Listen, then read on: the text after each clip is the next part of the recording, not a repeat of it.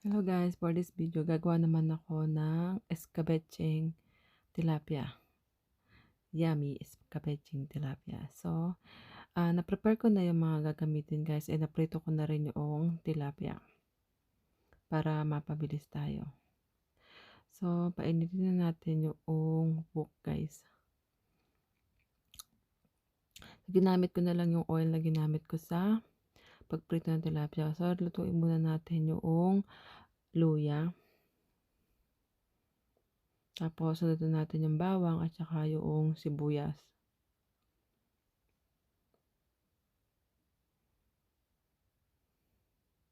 So, lutuin lang natin siya. Mabilis lang naman yan.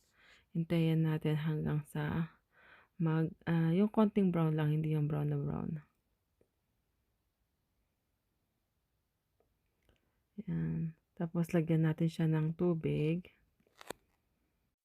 And then, pag medyo mainit na, sunod na natin yung toyo. And then, yan. Yung soy sauce. And then, lagyan din natin siya ng suka.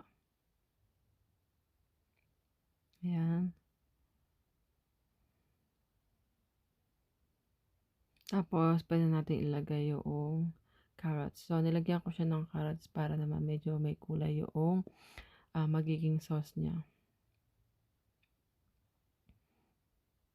And then, lalagyan ko din siya ng paminta. So, bahala na kayo magtansya guys kung ano yung depende sa panlasa nyo.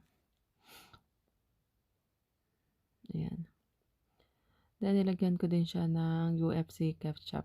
Hindi ko type yung ibang ketchup. Yan ang gusto kong ilagay. Tapos, dagdagan natin siya ng tubig guys. At saka ng brown sugar. Sa pagluluto guys, tikman-tikman nyo kung okay na sa panlasa nyo. Kayo na ang mag-decide. Yan, dinagdagan ko din siya ng asin. Then, pwede na natin lagay yung bell pepper. Red and green bell pepper para medyo may kulay yung ating escabecheng tilapia. Then, sa sauce guys, nilalagyan ko siya ng cornstarch para medyo lumapot yung sauce niya.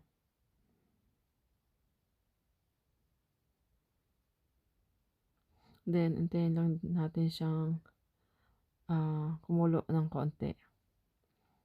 Ayan. And then, tikman natin siya guys. Kung tama na sa panlasa natin. So, medyo matabang siya sa akin. So, lalagyan ko siya ng magic syrup. At saka ng extra paminta. Then, pwede na natin ilagay yung napritong tilapia.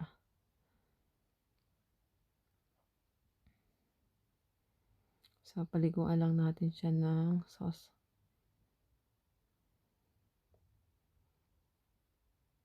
So, ito na guys yung ating escabecheng tilapia.